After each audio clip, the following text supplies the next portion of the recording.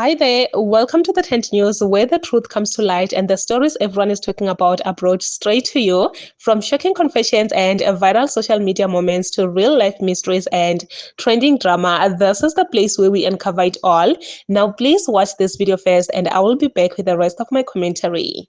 Khona ividiyo kaMax Makhanya ekade ngiyibuka ize kahle ukuthi awubheka abantu bakhuluma izinto bayiphikisa njengamanje sethi amaNdebele aseZimbabwe awayekelwa kumele ngabe aba nama-passport kumele ngabe aba nama-passport whatsoever.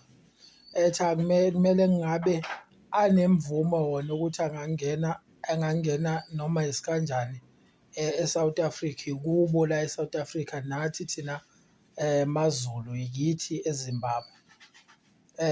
Ethi abantu baseLesotho ngokunjalo abaTswana, amaSwati. Ngihlekile ngoba phela abantu baqala izinto abangeke bey'mele ngokungacabangi kabanzi noma kade. Uyabona nje uma ungahluye koMafikeng kanje eNorth West, ma usulapha eMafikeng already manje sekune-border ezohlukanisa iNorth West, ihlukanisa iNorth West neBotswana.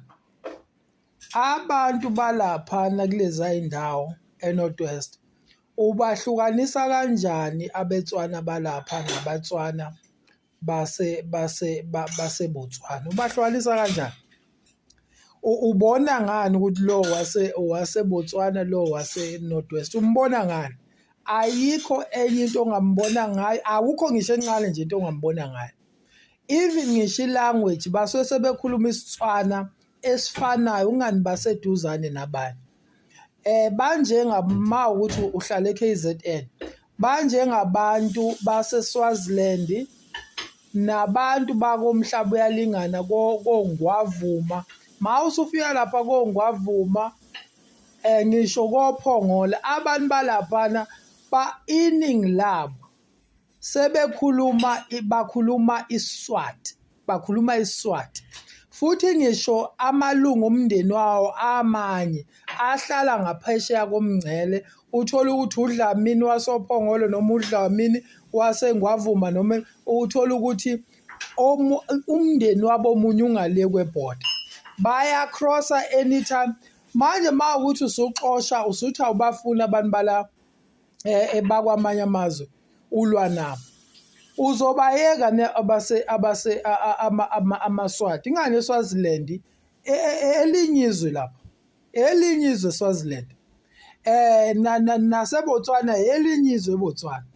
Uphinde futhi uze eFree State naseLesotho, umhlukanisa kanjani umSuthu waseFree State nomSuthu waseLesotho? Umhlukanisa kanjani? Bakhuluma same language, uzobahlukanisa kanjani? Ingakho bekumele nisilalele masithi yena niqala izinto eningayimele nengayicabanganga kahle, kuze naseMpumalanga for example uthole amaNdebele aseMpumalanga namaNdebele aseZimbabwe. Uzobahlukanisa kanjani ukuthi lo waseMpumalanga lo waseZimbabwe? Uphinde uthole futhi abantu amaTsonga, abanye uzohluleka nje uhlukanisa umuntu owumTsonga wala nomuntu waseMozambique mabekhuluma nangendlela ababukeka ngayo. Ubani owuchwepheshe noma owuchwepheshe kulento leyo ukukwazini ukuhlukanisa abantu abamnyama? Umuphi umuntu owuchwepheshe okwazi ukuhlukanisa lezi zinto lezi? Ngoba into enizoyenza for the fact ukuthi anona ochwepheshe futhi anizukuyikhona ukuyenza ngendlela e-right, yiyo lesiyikhuzayo esibona ukuthi izovusa ukulwa phakathi kwabantu abamnyama, kuliwe kube ney'nkinga ey'nkulu la eMzansi kunalezi esinazo. Khola nje ubhuti evele ey'ndabeni uthi angazi noma uthe waseLimpopo yini. Uvinjwe abantu be-March and March, uthi amadoda awu-8 bamvimba imoto yakhe, bathi akakhiphe i-ID. Lento enganginitshela yona ukuthi le March and March izobuyisela ubuhlungu ebantwini ababebhekene nawo ngekhathi zobandlululo, whereby umuntu sekumele ehambe edolobheni ephethe i-ID yakhe evinjwa abantu kuthiwa akayiprove ukuthi ungowaphi. And then manje wayikhipha-ke i-ID ngenhlahle beyiphethe, wathi esehamba sebapruvele bathi hayi lokhu kwangaphandle lokhu udayisa ama-drugs, bambani imoto yakhe baze bashangisha i-windscreen yemoto yakhe. Iyona nto-ke i-right njalo leyo nto, ngoba kade kubhaqa abantu ngey'mvubu lapha, i-right njalo leyo nto leyo. Bafowethu, kumele singabantu bala eMzansi sikhuzane, sikhuzeke ma ukuthi uyakhuzwa omunye umuntu oyi-South African njengawe, ekubonisa ukuthi lento ngeke ilunge, ekubonisa. Yabona nje mina ngasho iqala zonke lezi ngathi kulo nyaka ka-2026 ngoDisemba sobe sikhuluma okunye, uzobe uyibonela nawo ukuthi lento ayilunganga futhi ngeke ilunge. Okubuhlungu-ke kunakho konke, ngisho abantu abaphambili kulento le abeza uku-akhawunta, ngoba ngayingcono ube ma ukuthi ayilunganga lento kumele bayo-akhawunta. Manje uthola ukuthi ngaleso sikhathi bazobe sebebuyela emuva. Ngisho oZandile laba bo-Operation Dudula baphi njengamanje, baphi nje amade ngizwe kuthiwa uresignile kwi-Operation Dudula. No, nayo Jacinta laba uzozwa kwi-March and March no more emveni kwesikhathi esenza i-damage, wayenza i-damage, uzozwa kuthiwa asekho. Nophakela umthathu nongizwe emveni kwesikhathi uzobona futhi sekuthulekile, abasa-akhawunti ndawo kwi-damage asebeyenzile. I-damage abazoyenza futhi ilimaze bona laba abantu ade bethi bayabalwela, ngoba uzobona iningi labo laba bantu kuzovala o-China Mall, kuvala iy'tolo zamakula, kuvalwa iy'tolo. Abantu beswele ngisho ukuthenga isinkwa, beswele ngisho ukuthenga ama-pieces uma bephelelwe i-braai pack phakathi nenyanga, beswele ngisho ukuthenga iy'nsiza, basic iy'nsiza. Sekuzoba khosa ukuthi baye koma-mall, baye emadolobheni abangaku-afodi ngisho khona lokho. Abanye bazoba ney'nkinga nje, kumele bakhe bezame sho kwakho o-1 room bazame kwakho o-3 room 4 room. Iningi labo badiphendele kuyo le genge yangaphandle, kwi-skill segenge yangaphandle.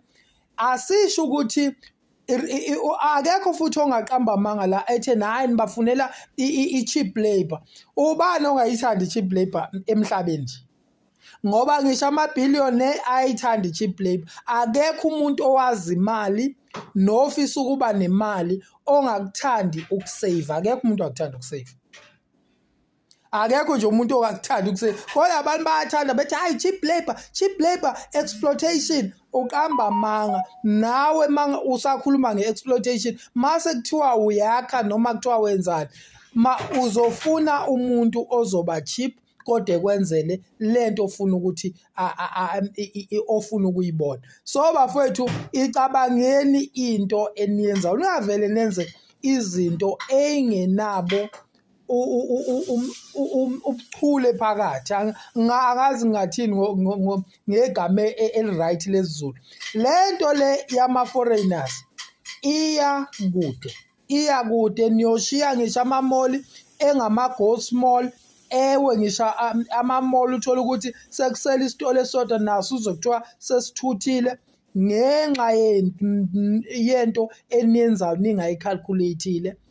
Kwabantu labo abala eMzansi, iningi labo, when it comes to business, when it comes to hustling, iningi labo abayazi yonke leyo nto. Abanye babodwa bayilindela imali ku-government.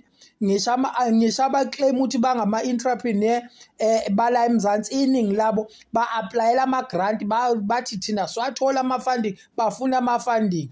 Without funding akayona i-entrepreneur.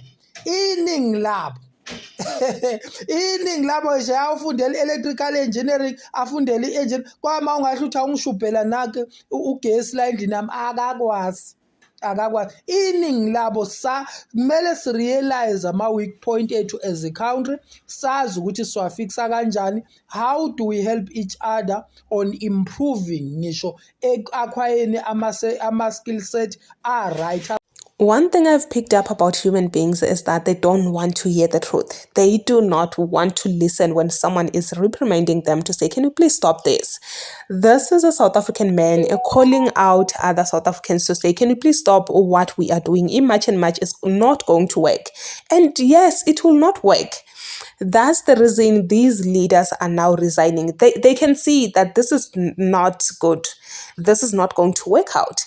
It's now time for us to sit down and question ourselves and look at everything that is happening. I don't even think it's good for these people to go around beating people like that, to go around causing so much violence, and the whole world is watching, guys, because remember, we see these videos on social media, which is very, very bad. It's really not good.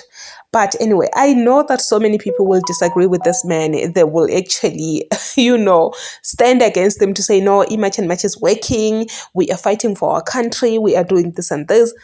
How are you fighting for your country? Like, how are you fighting for your country? I just feel like if we really want to fight, we should target the government, because remember, they are the ones who are responsible for implementing these rules to make sure that these foreigners follow the rules.